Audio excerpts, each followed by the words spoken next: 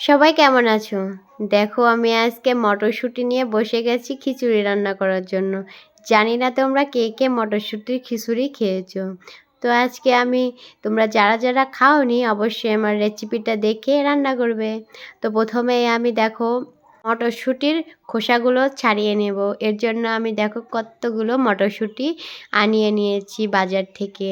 এখন আমি এগুলোকে ভালো করে খোসাগুলো ছাড়িয়ে নেব, নেওয়ার পরে রান্না করব। তো অনেক দিন ধরেই আমার লং ভিডিও আপলোড করা হয়নি, আর লং ভিডিও আপলোড করা একটু কেমন যেন লাগে আমার।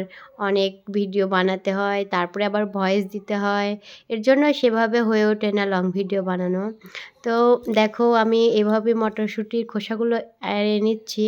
আর তেমনভাবে আমার মনটা কিছুদিন ধরে ভালো ছিল না। তো দেখো আমার মটরশুঁটির সব খোসাগুলো এড়ানো কমপ্লিট, আর কত সুন্দর লাগছে। তো চলো এবার আমরা রান্না করতে চলে যাই। তো প্রথমে আমি মটরশুঁটি রান্না করার জন্য পেঁয়াজ রসুন পরিমাণ মতো কেটে রেখে দিয়েছি।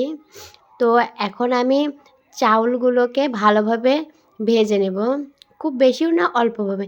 আর আমার রান্নাটা করতে করতে অনেক রাত হয়ে গেছে, এর জন্য দেখো আমি সেইভাবে ভালো করে ভিডিও করে দেখাতেও পারতেছি না। তো প্রথমে আমি চাউল এবং ফলগুলোকে আলাদাভাবে ভেজে নেব। দেখো আমার ভাজাটাও কমপ্লিট, খুব বেশিও না অল্প মাপের ভেজে নিতে হবে। তো এবার আমি একটু পরিমাণ মতো তেল, তারপরে রসুন পেঁয়াজগুলোকে দেখলেই তো সবগুলো একবারে নেড়ে নেব। এবার আমি চাউলগুলোকে দিয়ে নেব, তারপরে আমি একটু ভালো করে একটু ভেজে নেব চাউলগুলোকে। নেওয়ার পরে আমি পরিমাণ মতো আবারও জল দিয়ে নেব, যাতে যেটুকু জল দিলে পরে সিদ্ধ হয় সে পরিমাণে। তো দেখো আমার খিচুড়িটা রান্না কমপ্লিট। আর তোমরা কে কে এমনভাবে খিচুড়ি খেতে চাও অবশ্যই কমেন্টে জানায়ও। আর অবশ্যই তোমরা তো বাড়িতে রান্না করে খাবেই। তো সবাই ভালো থাকবে।